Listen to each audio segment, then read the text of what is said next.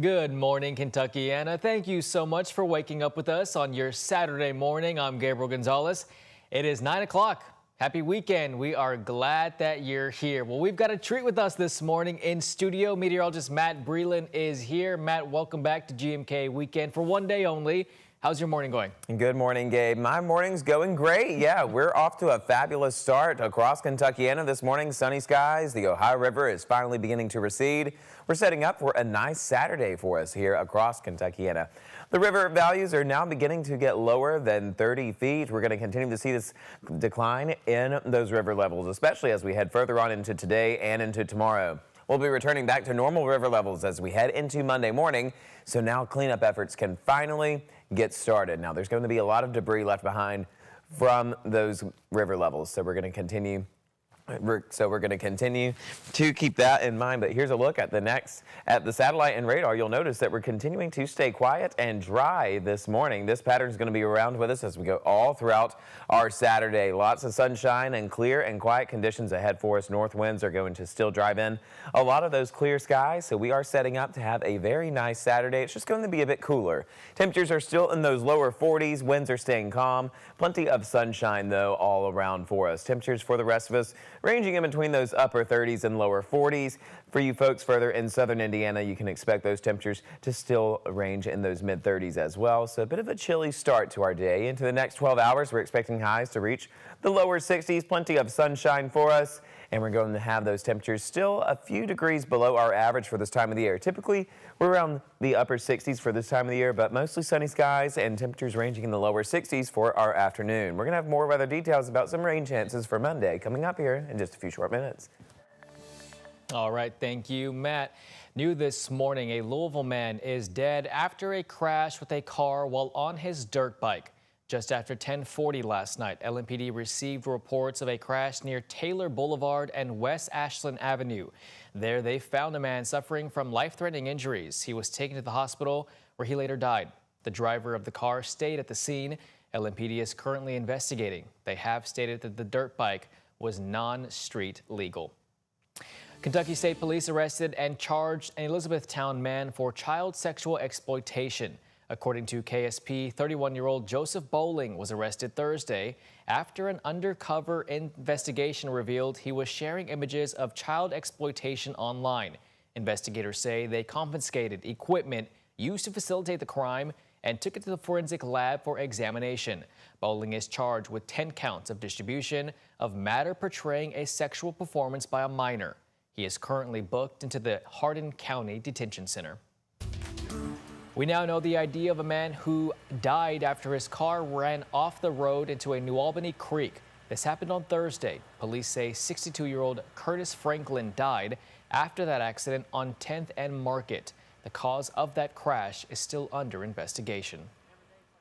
Well, it's the morning of what would have been Thunder over Louisville. As you know, it was canceled because of the severe flooding. Now that water still high along the waterfront. City officials say they're looking to clean Waterfront Park just in time for the Kentucky Derby, which is just a few weeks away. WHAS11's Clarice Shaley and photojournalist Emma Gefter hear from businesses making the most of this cancellation. The great lawn of Louisville's Waterfront Park, a catch-all of you name it from the flood. Debris, trash, even a boat brought in and left on the great lawn about 500 feet from the river line. Benches are still covered.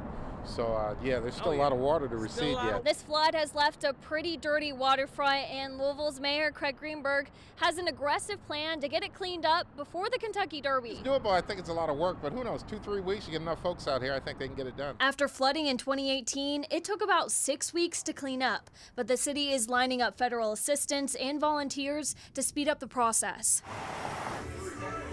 Ben Jones at Better Days Records off Barrett Avenue is preparing for a busy Saturday with special releases coming out and wants to share in the revenue with food trucks, knowing how it feels to lose out on guaranteed business with Thunder over Louisville canceled. So why not even give them a free place? See, that's the thing is give them a space where we know there's going to be not as many people as Thunder, but there will be several thousand people all day long.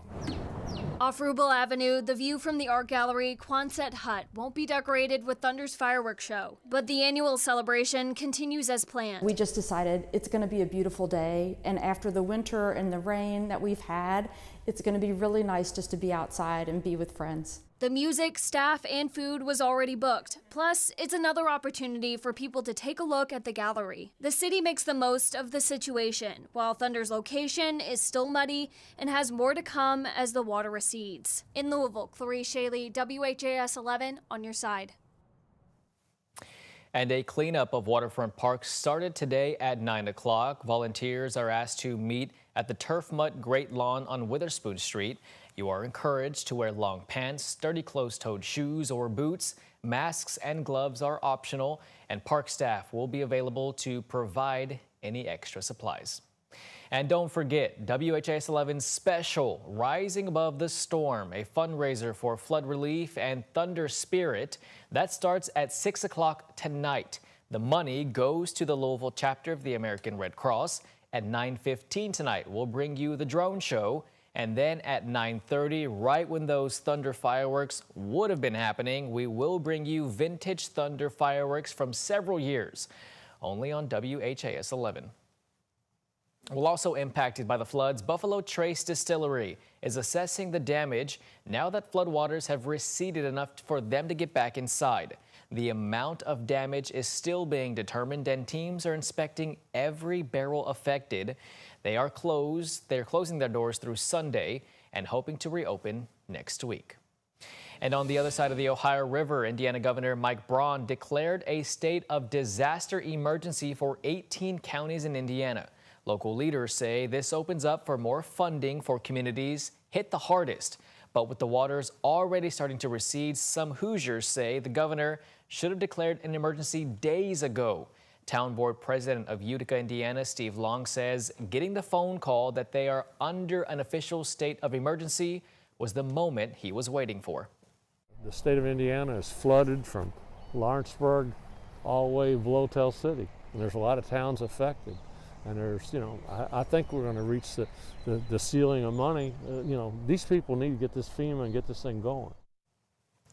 He says before this, the burden fell on Clark County and the small town of Utica. He says officials have evacuated 25% of the town from their homes, some of which were flooded with anywhere from 2 inches to 10 feet of water. While city crews continue to deal with the aftermath of flooding and cleanup, some car owners are also dealing with needed repairs due to those high waters. Small amounts of water can make a lasting impact on your car. A mechanic at a Bowling Green repair shop explained what you can do to prevent this kind of damage.